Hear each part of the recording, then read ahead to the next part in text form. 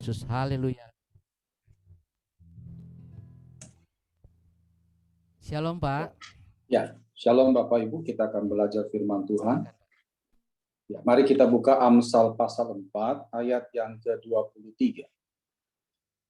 Amsal pasal 4 ayat 23. Kita akan belajar, ada satu isi hati Tuhan di sini untuk kita perhatikan baik-baik. Amsal 4 ayat 23 dikatakan di sana, jagalah hatimu dengan segala kewaspadaan, karena dari situlah terpancar kehidupan. Sekali lagi, jagalah hatimu dengan segala kewaspadaan, karena dari situlah terpancar kehidupan. Saudara, kita banyak mendengar nasihat orang, Pak, Bu, jaga hati. Biasanya nasihat ini diberikan mungkin pada waktu kita didapati lagi emosi, lagi kurang sabar, atau lagi galau. Saudara, nasihat seperti itu memang betul, dan Alkitab pun juga mendukung. Bahkan kita dengar juga di luar sana ada nyanyian, jagalah hati, ya, jangan kau cemari karena hati itu adalah lentera hidup ini, katanya seperti itu. Alkitab ternyata bukan hanya mendukung hati harus dijaga karena supaya kita tidak emosi, supaya kita tidak gagabahan, supaya kita bisa sabar. Ternyata tidak hanya sampai di situ. Alkitab katakan kita harus jaga hati karena dari situ terpancar kehidupan. Dan Alkitab juga menyarankan bahwa menjaga hati bukan asal jaga, tapi dikatakan di sana apa? Dengan segala kewaspadaan. Berarti harus ekstra hati-hati. Kita harus berikan perhatian khusus untuk masalah hati ini. Nah, kalau saudara baca dalam versi King James, dikatakan di sana, keep thy heart with all diligence, for out of it are the issues of life. Keep thy heart with all diligence. Jagalah hatimu dengan penuh ketekunan, for out of it are the issues of life. Karena dari situlah akan muncul semua persoalan hidup. Dari hatilah akan muncul banyak persoalan hidup. Makanya harus dijaga dengan penuh segala kewaspadaan. Saudara, ada banyak contoh di Alkitab, orang-orang yang nggak bisa jaga hati, akhirnya hancur. Yang pertama itu Salomo. Kurang apa dia? Dia punya hikmat luar biasa, dibedakan dari semua raja, bahkan sampai hari ini, tidak ada yang bisa menandingi hikmat Salomo. Tapi lihat, dia hatinya lemah. Dia gampang terjerat dengan wanita-wanita, bahkan sampai 1000 gundiknya dia, saudara. Akhirnya apa? Dia pindah murtad menyembah Dewi Asitoret. Nanti bisa baca 1 Raja 11. Yang kedua itu adalah Simson. Simson punya kekuatan yang luar biasa, tidak ada tandingannya sampai hari ini, kekuatan seperti itu tidak ada. Tapi hatinya lemah. Dia terperdaya dengan Delila. Akhirnya dia rusak, saudara. Matanya dicongkel, rambutnya botak, dan jadi permainan orang-orang Filistin pada waktu itu. Jadi saudara, hari ini kita harus perhatikan bahwa keberhasilan kita kelak nanti di kemudian hari bukan hanya karena masalah kita tekun belajar, bekerja, ataupun berdoa, tapi saudara harus jaga hati. Hari ini kita akan belajar kenapa hati harus dijaga ekstra ketat. Ada apa rupanya dengan hati itu? Saya temukan saudara ada 6 aspek kehidupan yang dipengaruhi oleh hati. Dan ini akan menjadi alasan kuat kenapa kita berkata hati harus dijaga dengan ekstra. Yang pertama, dampak dari hati adalah Amsal 24 ayat 10. Amsal pasal 24 ayat yang ke-10. Ada 6 aspek hidup yang dipengaruhi oleh hati. Dan ini menjadi alasan kuat bagi kita kenapa harus dijaga ekstra ketat itu hati. Yang pertama, Amsal 24 ayat yang ke-10. Dikatakan di situ, jika engkau tawar hati pada masa kesesakan, kecillah kekuatanmu. Jika engkau tawar hati pada masa kesesakan, kecillah kekuatanmu. Ternyata hati punya dampak yang pertama adalah terhadap kekuatan menjalani hidup. Kekuatan menjalani hidup. Hati kalau sudah terganggu, maka gairah hidup, semangat hidup, itu pasti akan hilang. Contoh nggak usah jauh lah. Saudara tadi kalau sebelum ikut ibadah Zoom, ya, sudah bertengkar dulu di rumah. Bisakah engkau tenang ibadah di situ, saudara? Pasti tidak. Kita pun juga kalau hati sudah nggak karu-karuan berangkat kerja ke tempat kerja kita, pasti nggak akan tenang. Sekalipun yang kita mau kerjakan itu kita sudah ngerti. Tapi karena hati lagi galau, satu pun pasti nggak akan ada beres tempat kerja kita. Semangat menjalani hidup sudah tidak ada. Makanya kalau hati orang itu tenang, hati sukacita, apa saja pasti akan beres. Tapi kalau hati sudah galau, semangat hidup, kekuatan hidup pasti akan hilang. Maka dikatakan di sana, jika engkau tawar hati pada masa kesesakan, kecillah kekuatanmu. Saudara, saya pernah ada baca satu kisah, saudara ya. Cuman saya tidak apa namanya. Ada seorang prajurit Amerika, dia diperbantukan waktu dulu perang Vietnam. Lalu setelah dia pulang perang, diturunkan di bandara Meksiko. Karena keluarganya ada di sana. Waktu dia di bandara Meksiko, dia telepon orang tuanya. Nggak ada HP waktu itu, saudara. Dia pakai telepon bandara.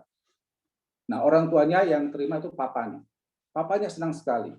Lalu papanya bilang, waduh puji Tuhan nak, kamu bisa selamat. Papa dengar teman-temanmu banyak yang gugur. Ya, lekas pulang nak ya. Nah, si anak menjawab, ya Pak, aku akan pulang. Tapi masalahnya Pak, aku sekarang bersama dengan teman.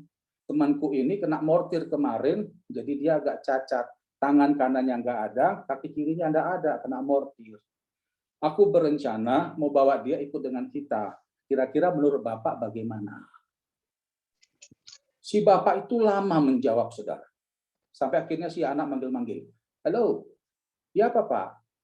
Akhirnya si Bapak menjawab, gini nak ya, kita kalau ngurus orang cacat itu susah. Mending suruh temanmu tuh pergi tempat lain aja lah, siapa tahu di sekitar situ ada keluarganya atau temannya. Si anaknya ngotot, saudara. Nggak ada Pak, cuman aku teman satu-satunya di sini. Masa aku tinggalkan dia di sini sendirian? Kan nggak tega tuh Pak. Biarlah dia ikut dengan kita. Si Bapak juga ngotot. Sudahlah nak, itu orang lain. Sudahlah, biarkan dia pergi sendiri. Kamu sekarang pulang. Ini mamamu nunggu kamu ini. Si anak langsung tutup telepon. Tek. Tidak ada lagi komunikasi.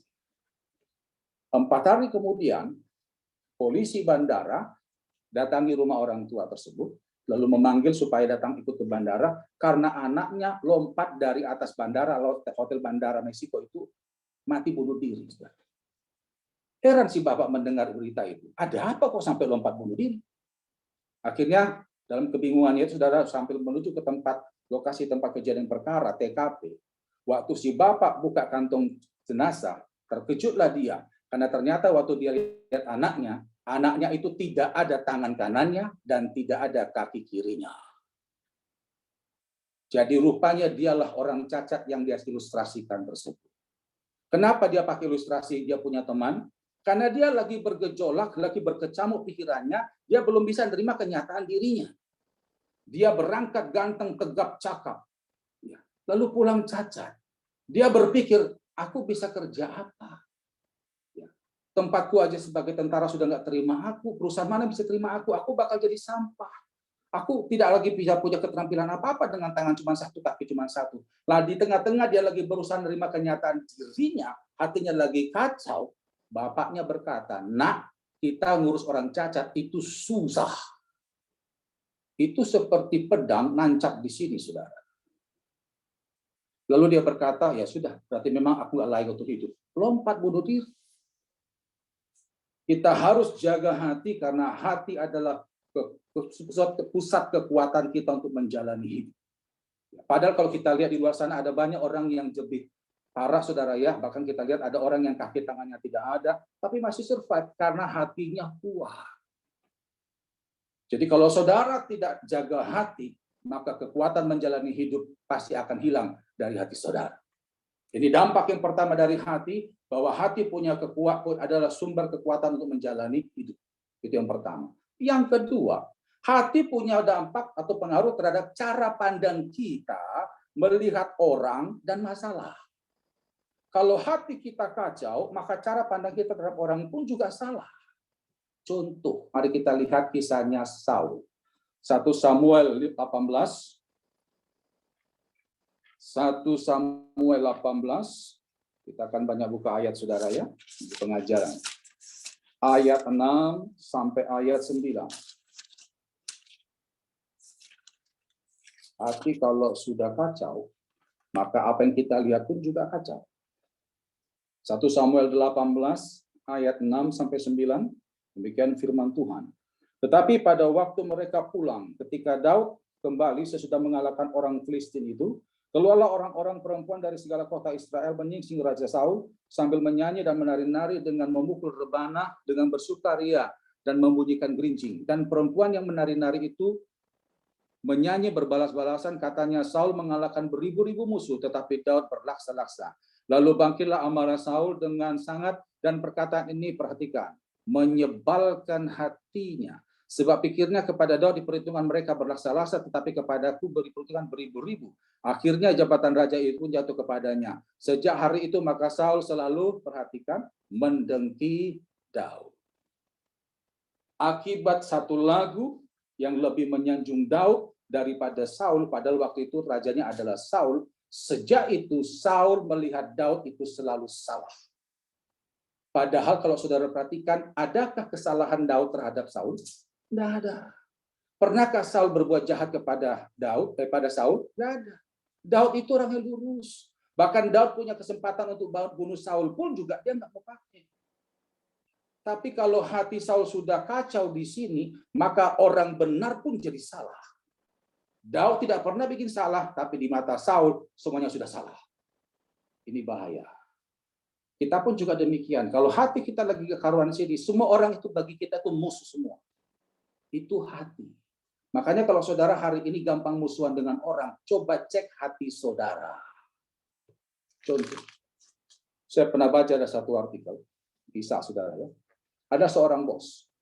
Bos ini masuk kantor, lalu kebetulan kan kantornya itu di gedung, saudara. Jadi kantor ruangannya itu, jadi gedung itu kan ruangan luas, ada sekat-sekat kaca.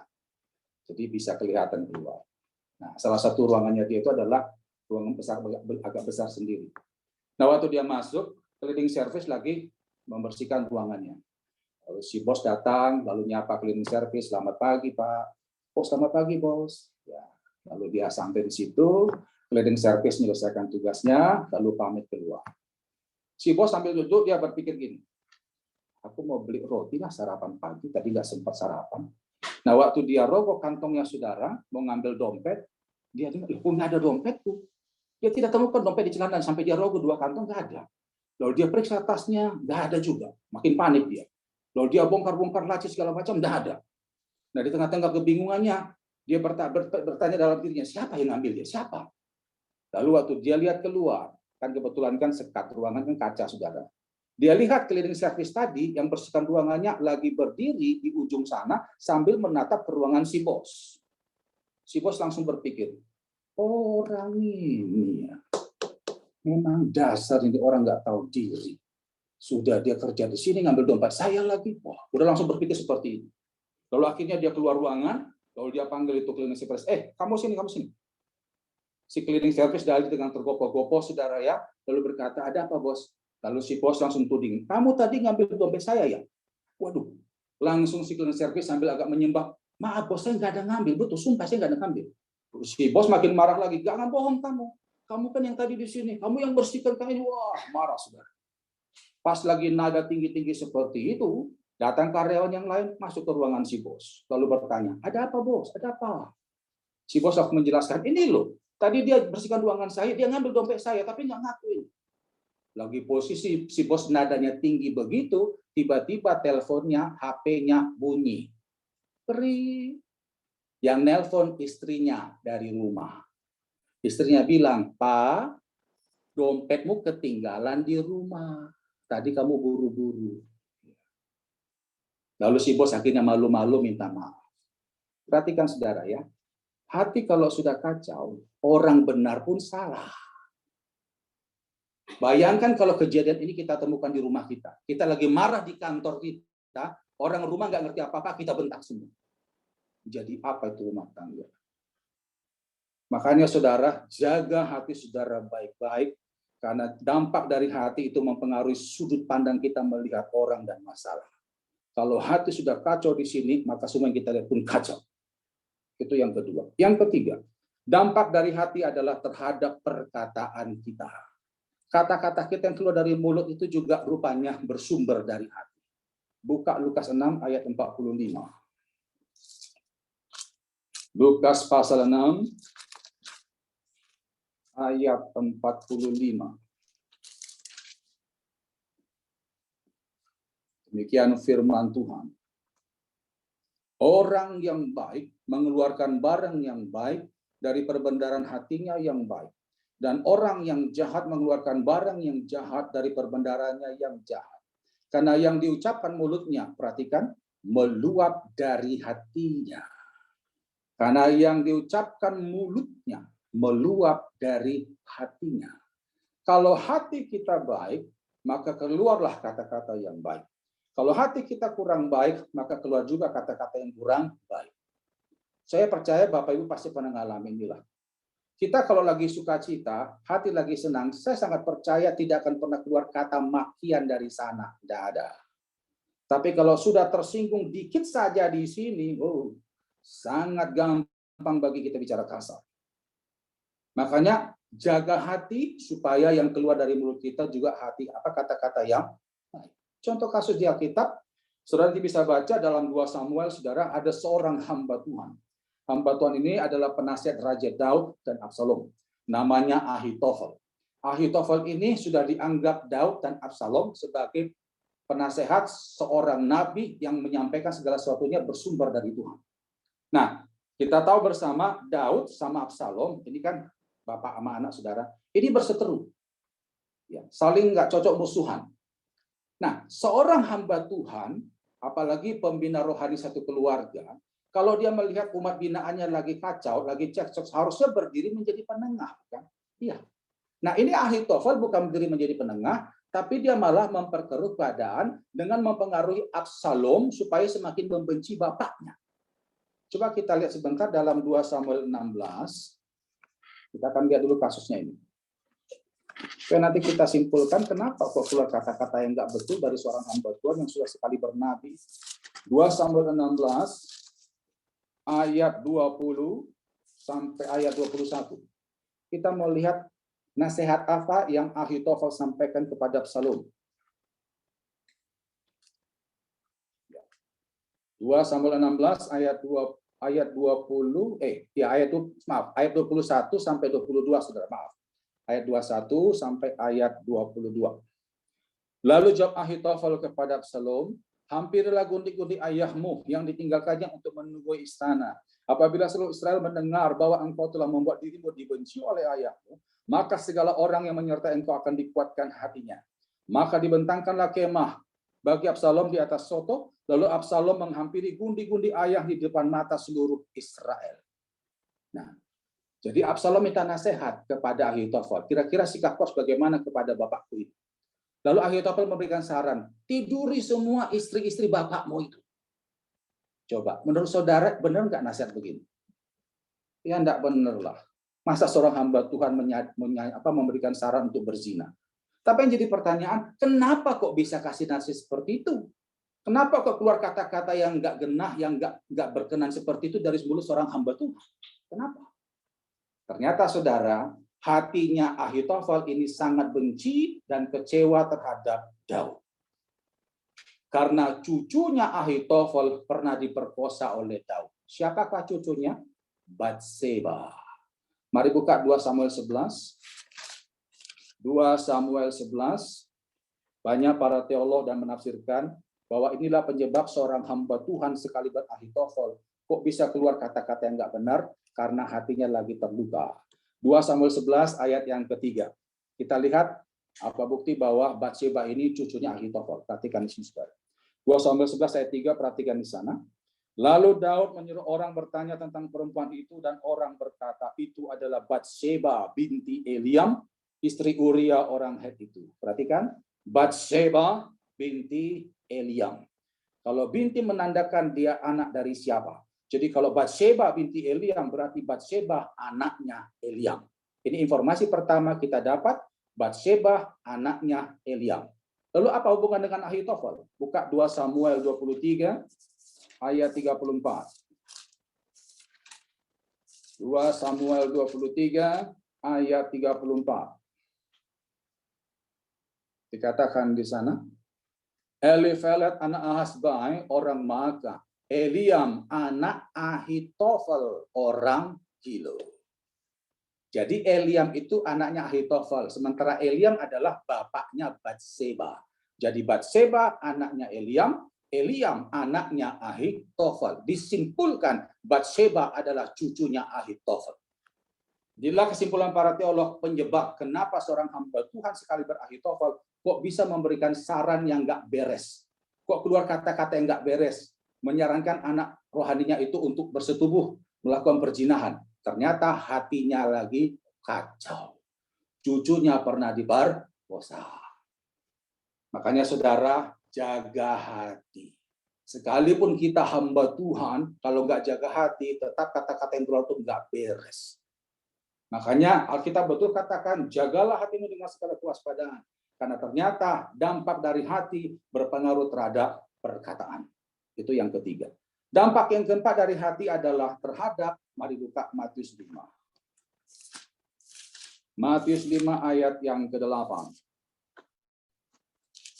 Apalagi dampak dari hati terhadap aspek kehidupan kita. Matius 5 ayat yang ke-8 dikatakan di sana, berbahagialah orang yang lemah lembut. Matius 5 ayat 8, maaf. Matius 5 ayat 8, berbahagialah orang yang suci hatinya, karena mereka akan melihat Allah. Berbahagialah orang yang suci hatinya, karena mereka akan melihat Allah. Dampak yang keempat dari hati adalah bagiannya adalah perkenanan Tuhan. Kalau hati kita terjaga dengan baik, hati kita suci, maka kita berkenan di hadapan Tuhan. Saudara, saya mau nanya, salah satu tujuan utama, atau bukan salah satu, tapi satu-satunya tujuan utama kita beribadah apa? Apakah itu ibadah Zoom, ibadah pribadi kita, atau ibadah nanti kalau kita di gereja? Tujuan utama kita ibadah apa? Ada yang berkata, kita memuji Tuhan, Pak. Ya, oke lah. Kita bisa ngerti firman Tuhan, Pak. Oke lah. Tapi bagi saya, utama kita beribadah adalah supaya kita dapatkan perkenanan Tuhan. Tidak ada gunanya kalau kita beribadah, nggak ada perkenanan Tuhan. Perkenanan Tuhan itu maksudnya Tuhan betul-betul hadir dan menjamah kita. Apa salah satu bukti Tuhan hadir menjamah kita? Doa kita itu dijawab, saudara.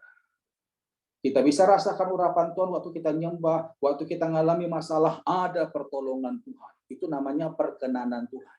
Itu hanya akan terjadi oleh mereka yang suci hatinya, yang menjaga hatinya bersih. Nggak ada gunanya kalau kita beribadah, nggak dapatkan perkenanan Tuhan.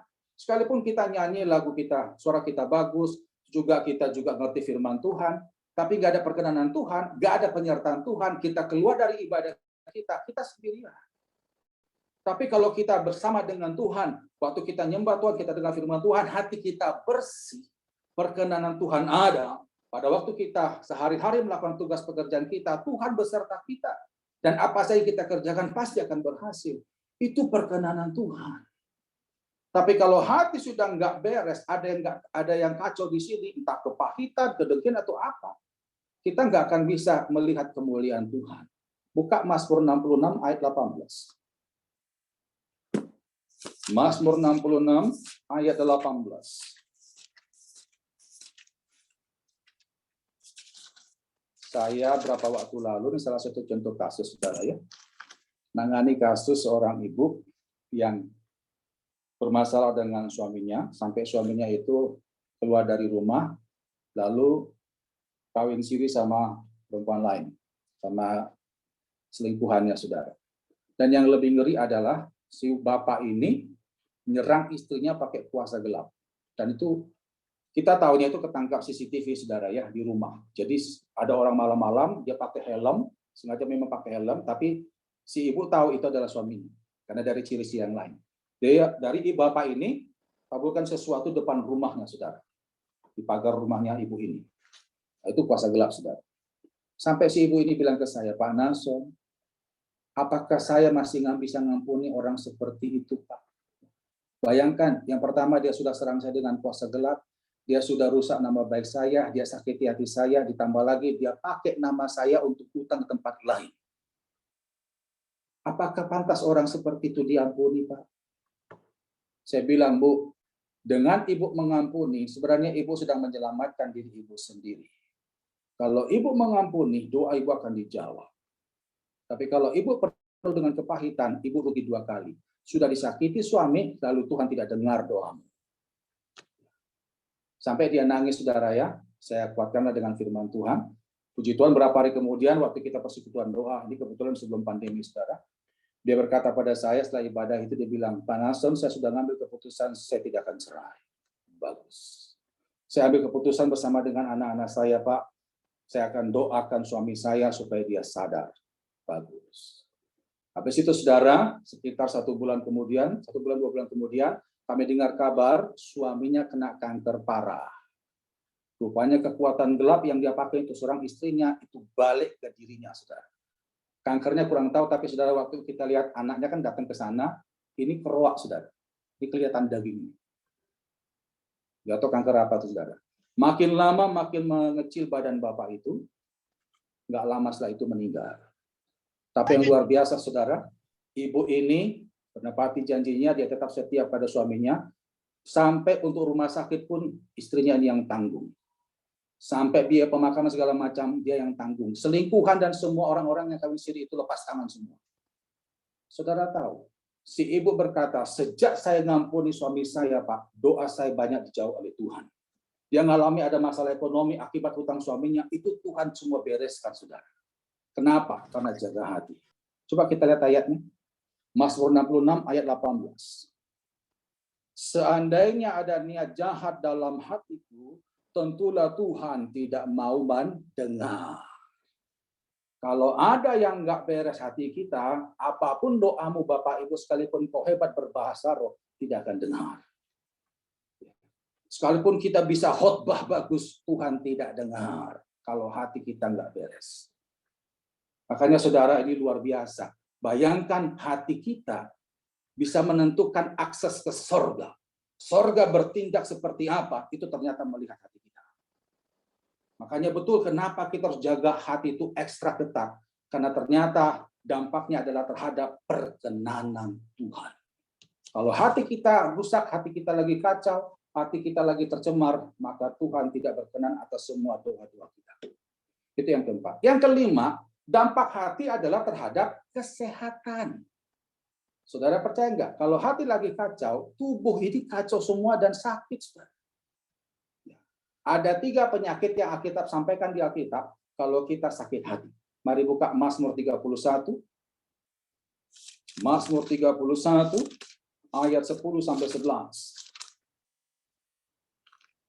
Dampak dari hati yang kelima ini adalah terhadap kesehatan.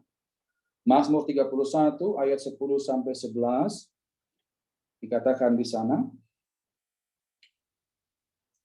kasihanilah aku ya Tuhan, sebab aku merasa sesak. Karena apa, saudara? Sakit hati. Jadi ternyata sesak itu nggak selamanya karena corona, saudara ya. Itu karena sakit hati. Karena sakit hati mengidaplah mataku, meranalah jiwa dan tubuhku, sebab hidupku habis dalam duka, dan tahun-tahun umurku dalam keluh kesah. Kekuatanku merosot karena sengsaraku, dan tulang-tulangku menjadi lemah. Alkitab mencatat kalau kita sakit hati, ada 3 penyakit yang pasti bersarang di tubuh kita. Yang pertama sesak napas, yang kedua sakit mata, yang ketiga sakit tulang. Dan ini diakui medis, saudara. Makanya betul firman Tuhan, kita disuruh untuk mengampuni. Orang yang ikhlas mengampuni pasti sehat.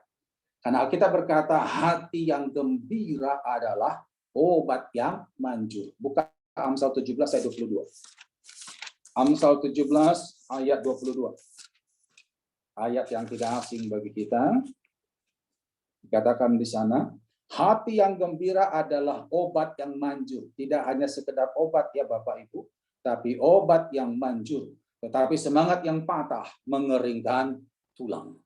Hati yang gembira adalah obat yang manjur, tetapi semangat yang patah mengeringkan tulang. Kesaksian dikit. Maaf kalau saya banyak kesaksian, supaya kita ngerti bahwa Alkitab ini ya dan amin. Ini bukan dongeng, saudara. Saya pernah ngelayani dari seorang bapak di daerah Jombang sana.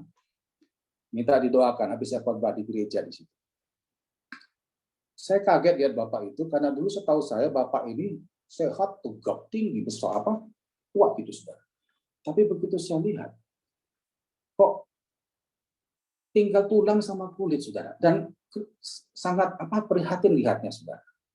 Saya tanya, loh Bapak kenapa begini? Dulu kan sehat, Pak. Dia cerita, saya sebenarnya Pak, sudah mau sembuh Pak Nason, karena saya sudah ikut kemoterapi beberapa kali. Berapa bulan lalu itu, prosentase kesembuhannya sudah 90%, dia sehat.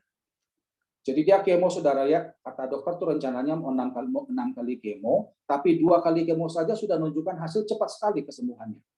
Kenapa? Karena si Bapak waktu menghadapi proses untuk pemulihan lewat medis itu dengan sukacita. Dia memuji Tuhan, dia sorak-sorai, dihadapi dengan tenang. Ditambah lagi istrinya juga penyembah. Jadi mereka di rumah berdua itu suka nyembah. Hati sukacita. Nah, pas sudah mau terakhir kemonya itu, saudara ya, karena dokter bilang ini tinggal 1 kali lagi terapi pasti sembuh Pak. Karena sudah skala persentasenya 90%, kita sudah lihat semua tubuh Pak bagus. Ya. Nah, pas mau terapi yang 1 kali lagi itu, saudara, dia punya anak tunggal, satu-satunya laki, bikin kacau. Bawa lari uang orang. Terus nggak tahu di mana rimbanya, anak itu nggak tahu kabarnya gimana, larikan diri kemana, nggak tahu. Nah, yang dilarikan uangnya itu, orang tersebut bayar preman. Datangi rumah Bapak itu, lah gebrak-gebrak rumah. Si Bapak sampai naik tensinya. Sampai dia bilang, loh ada apa ini? Wah, bertengkar di situ.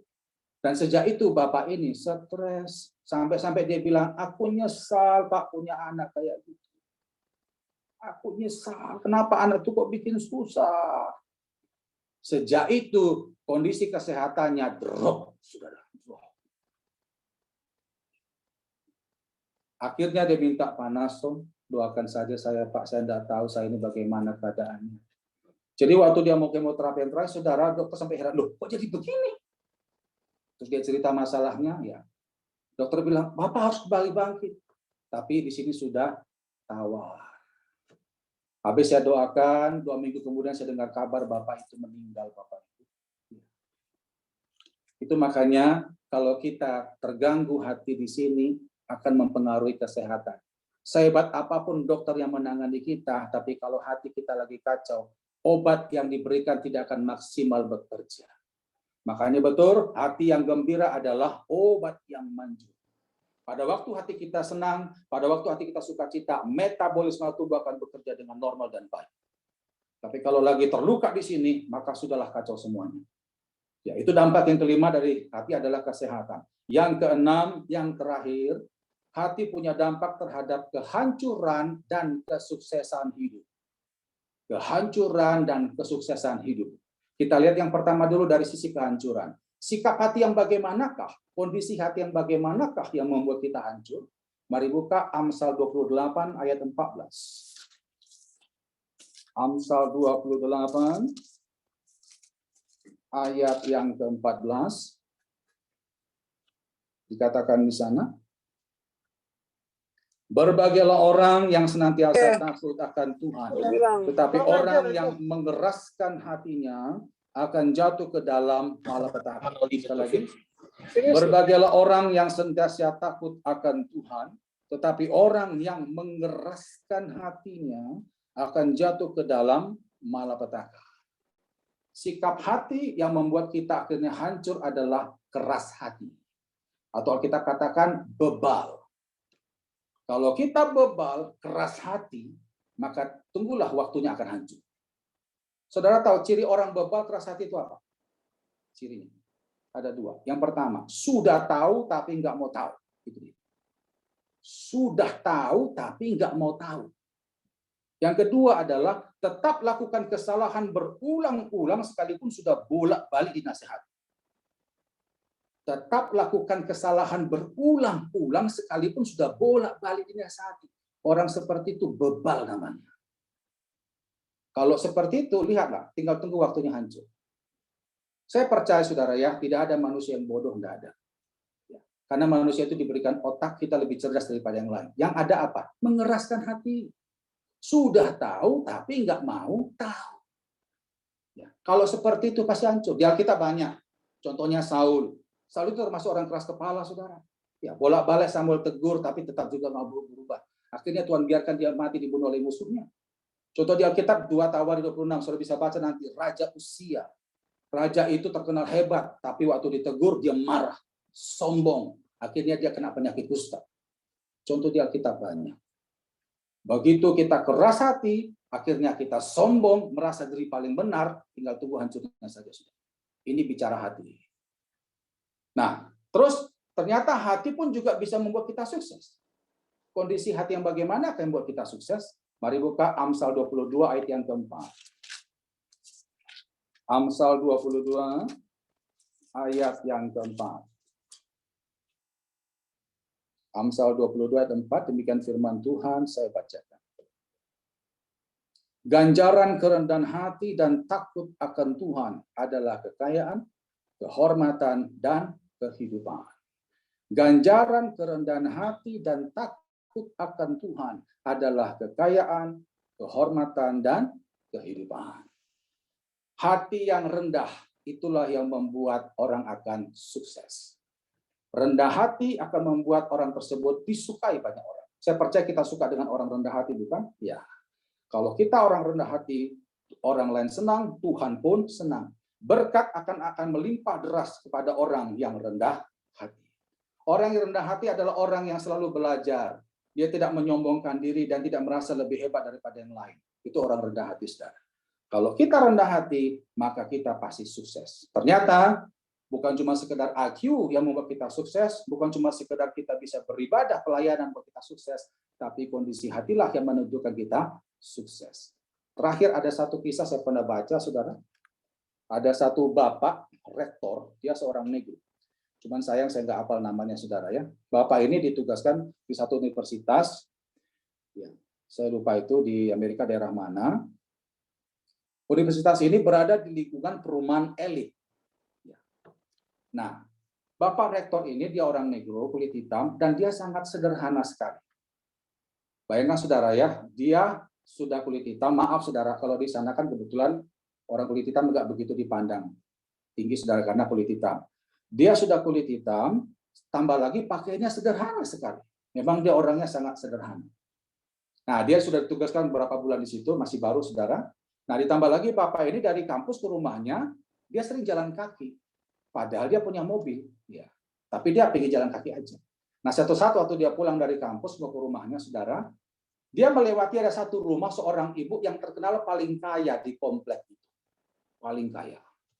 Nah, ibu ini bingung untuk cari orang motong kayu bakarnya, karena waktu itu musim dingin, saudara. Lewatlah Bapak Rektor ini jalan kaki dengan pakaian yang sederhana seperti itu. Lalu dipanggil, saudara. Pak, sini Pak. Si rektor datang, saudara. Bapak ini datang, lalu tanya, ada apa Bu? Pak, saya minta tolong, Bapak bisa potong kayu bakar saya. Rektor itu lihat ibu itu, lalu dia lihat jamnya, saudara ya. Oh iya, boleh, bisa. Saya bisa. Oke Pak, nanti saya bayar kok Pak. Oh ya. Akhirnya si Bapak melipat hemnya, saudara ya.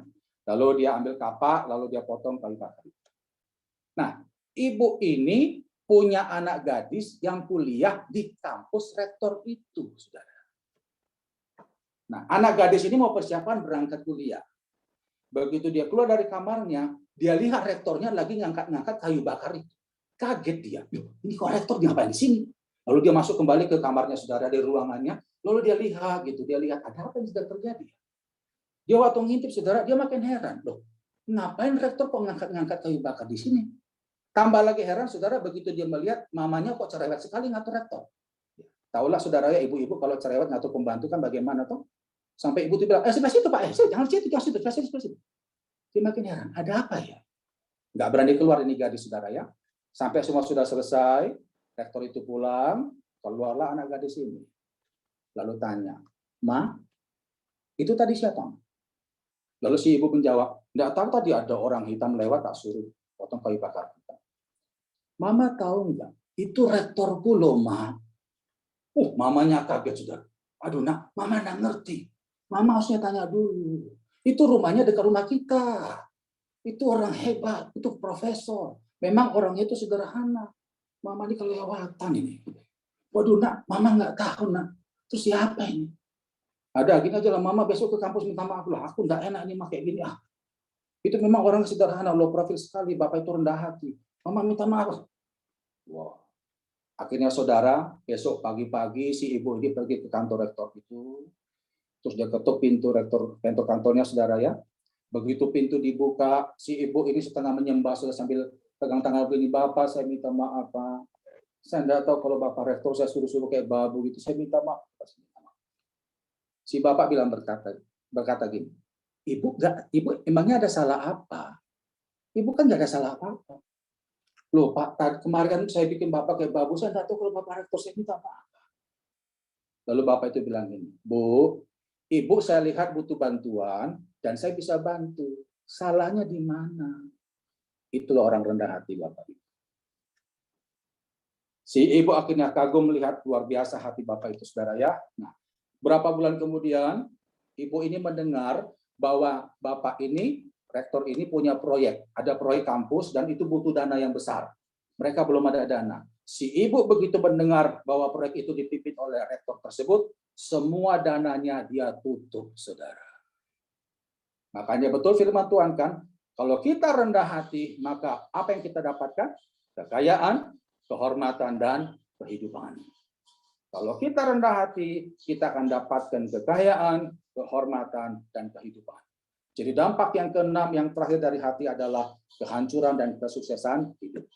Jadi betul firman Tuhan katakan, kita harus jaga hati serba ekstra, karena ternyata ada 6 dampaknya dalam hidup. Yang pertama adalah terhadap kekuatan menjalani hidup. Yang kedua terhadap cara pandang kita melihat orang dan masalah. Yang ketiga terhadap perkataan. Yang keempat terhadap perkenanan Tuhan.